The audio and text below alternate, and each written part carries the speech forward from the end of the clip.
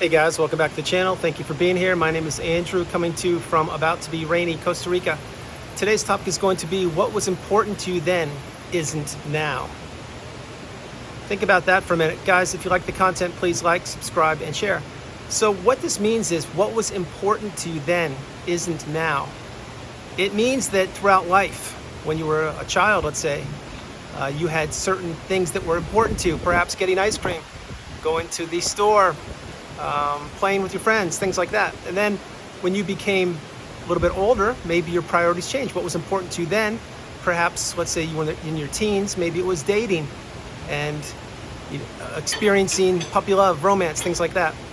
Again, as you got older, then perhaps what was important to you was finding a career path, taking on your first job, graduating college, things like that, and so on and so on.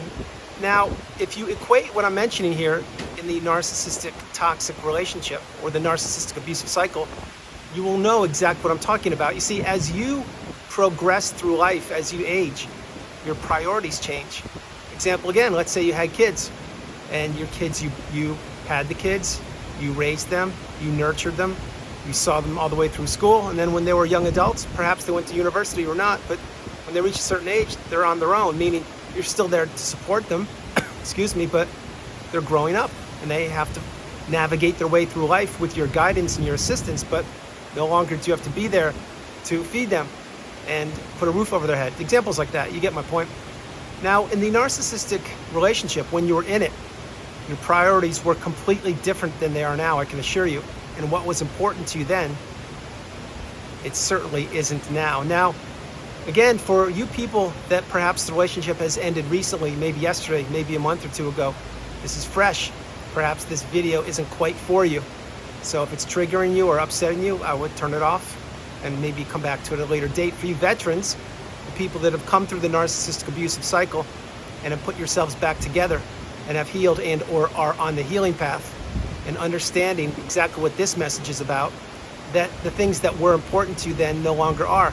Examples, going back to when you were in the relationship with the narcissist. Remember how much energy you spent for the narcissist, how much time you would be there waiting for them, doing things on their time frame, changing your plans to accommodate them.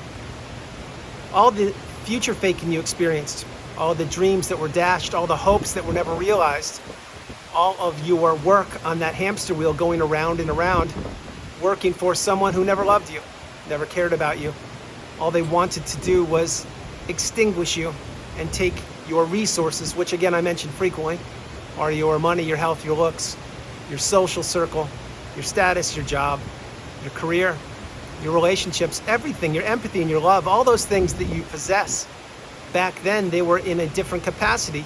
Really pause and understand my message here, because right now you are a different individual as you're watching this video. And again, thank you very much for being here, than you were when you entered the narcissistic relationship. It's so true. You see, we're always evolving. We are always changing. Our skin cells are different today than they were just minutes ago. Your education is different from the moment you played this video until right now. That's life. That's beautiful. That's called learning, growing, moving forward, becoming awakened and aware. But the things that were important to you then that aren't now, there are so many of them. There's a huge list. I mean, thousands of them. Like where you would plan your vacations, what you would do for dinner, what TV shows you would watch if you still watch TV shows, or what movies you would attend or go to if you do that. You see, all of these things that were important to you back then, they were important for many reasons. But one, that was your life back then. But most importantly, almost for sure, you were trying to appease the narcissist. And were you watching that Netflix show that you wanted to watch? Probably not. Were you watching the one that they wanted to watch? Almost certainly. Were they actually watching the show when you were together on the couch with them? No. But they wanted to put that show in so you couldn't watch yours, and that they can do whatever they want to do while they're sitting right next to you, basically invalidating you, or just ignoring you, stonewalling you. Basically, again, getting your supply right from underneath your nose. Because remember, the narcissist is all over social media. They can't get enough of it. Their smartphone is their third arm. And when their battery dies, they have to jump back to one of the other 2 or 3 other smartphones to make sure they're in contact and getting the supply from people all over the globe. This is real. It's true. It's what people do. But go back in time and really understand the things that were important to you then, they're not now. This is a message of growth for you. It's a message of wisdom. It's a message of courage, of moving forward. And now your priorities are completely different if you have exited the narcissistic relationship and if you have healed, and or if you are on the healing path. You see, like I mentioned in the beginning of this video, we all are different people than when we met the narcissist, and we were different throughout the relationship. What we were doing when we were in the relationship, however, remember, it could be a neighbor, it could be a lover, romantic relationship, it could be a boss, co-worker, friend, it could be anybody, sibling. But what we were doing is we're putting this narcissist ahead of ourselves, and we were giving them our attention. And remember, where you place your attention is where you place your energy. So what you were doing many times is you were making plans to do things that would be changed. You would go to meetings hoping that they would be productive and you would experience a rage fit. You would be waiting to pick the narcissist up at 4 o'clock, and you would be waiting till 5 because why? Because the narcissist conveniently wanted you to sit out in the car and waste your time, completely invalidating you, making you stew and making you not happy because your time's valuable too. But back then, remember, you didn't think that your time was as valuable. Why? Because you were on the hamster wheel working for the narcissist. This is exactly where they wanted you. Other things, remember, the narcissist behind closed doors is a totally different individual than they are to the general public. Think about that. You no longer have to worry about the silent treatment at dinner, or being stonewalled when you're trying to say something, or experiencing word salad when you're trying to discuss a simple conversation, or waking up and having a rage fit, or talking about something that happened in the past and having an individual who turns out to be the narcissist tell you that that wasn't true, which is gaslighting. You see, all these things happen, and they really did happen. That's why many times people post-narcissistic relationship, and certainly when they're in it, they question themselves, and they find themselves taking notes. Not only mental notes, but journaling, like, that was strange. And then they start writing these things down, or maybe they put it on their tablet or their smartphone, and they take lists of strange occurrences in the relationship because they are so surreal, they can't believe that things are happening, but yet they do happen. So that's why many times, and this is for everybody, if you find yourself in or found yourself documenting the strange behavior of an individual who turns out to be the narcissist, that means you are on the track. That means you're getting closer to discovering who they are, because go back in time with any relationship you've ever had. Did you have to take notes on an individual? You didn't. Why? Because most likely that individual was a healthier individual, and there's no reason to take notes. But when you find yourself taking notes about another individual, and or let's put it this way, if you're looking up strange behavior on the internet, or you're looking up keywords about an individual, maybe it's your coworker, and then all of a sudden, boom, you run across narcissism, you go down the rabbit hole, and you're like, oh my gosh, this is real. This is what I'm experiencing. That's what this person is. I can't believe it. See what I mean? So you don't have to do that any longer because you've been validated, or you're getting the validation. You're sharing your wisdom and your experiences in the comments section on the channel, and you're growing. And you are a teacher and a student just like me. The whole point is what was important to you then is not important to you now. What's important to you now is, my hope is you've healed and or you are healing. You're moving forward, living your best life. You're finding love again. You're building new relationships. As I say so often on the channel, take a class, teach a class, read a book, write a book, exercise, get out, carve new neural pathways in your brain, take a walk, say hi to people. Be yourself. Maybe go on a vacation and just be. What does that mean? That means wake up whenever you want to, eat as much food as you want to, go down to the pool, lay on the lounge chair for as many hours as you want to, because there's no race to finish the day with all these accomplishments running all over the place. Did we do this? Yeah. No, you don't do that. You're on vacation. You should be exhaling. You should be playing this video and just saying to yourself, wow, Andrew, that's beautiful. That's exactly what I should be doing, just being. But the narcissist never wanted you to be, did they? No, they didn't. They wanted to control you, to manipulate you. Your thoughts, your actions, the way you spoke, the way you dressed, who you talked to, everything. They wanted you doubting yourself, and it worked for a period of time, which was the length of the narcissistic relationship. Remember, they wanted you isolated. They wanted you as an extension of them. They wanted you, sincerely, to be a worker bee for them. That's it.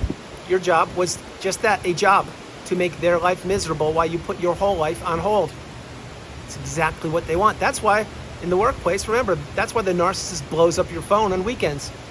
Whether you're sick or not, they don't care. Why? Because they want to disrupt your time. And the weekends when you're supposed to be free and recharging your battery. But what? The narcissists can't have that. No, they need to have a little temper tantrum and berate you. That's why you don't work after 5 o'clock on Friday until Monday morning at 8 or wherever your time is. I know you get that. But what was important to you then isn't now. There's so many things, like simple things, like the peanut butter you buy, the pizza you eat. Does it have pepperoni on it? Oh no, you got mushrooms. Are you kidding me? How could you do that? See what I'm saying? All those things, they don't matter anymore. And when you come through the fire and rise through the ashes like a phoenix, and you actually are living your best life, and you reflect back in time, and I hope many of you are there, and I know many of you are there, but I hope it's more and more people are getting there.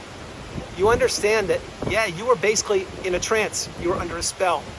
You were in the narcissistic fog because you didn't know if you were coming or going. All you knew was you had to continue to keep working for the narcissist because perhaps you were in love. Perhaps they were a sibling.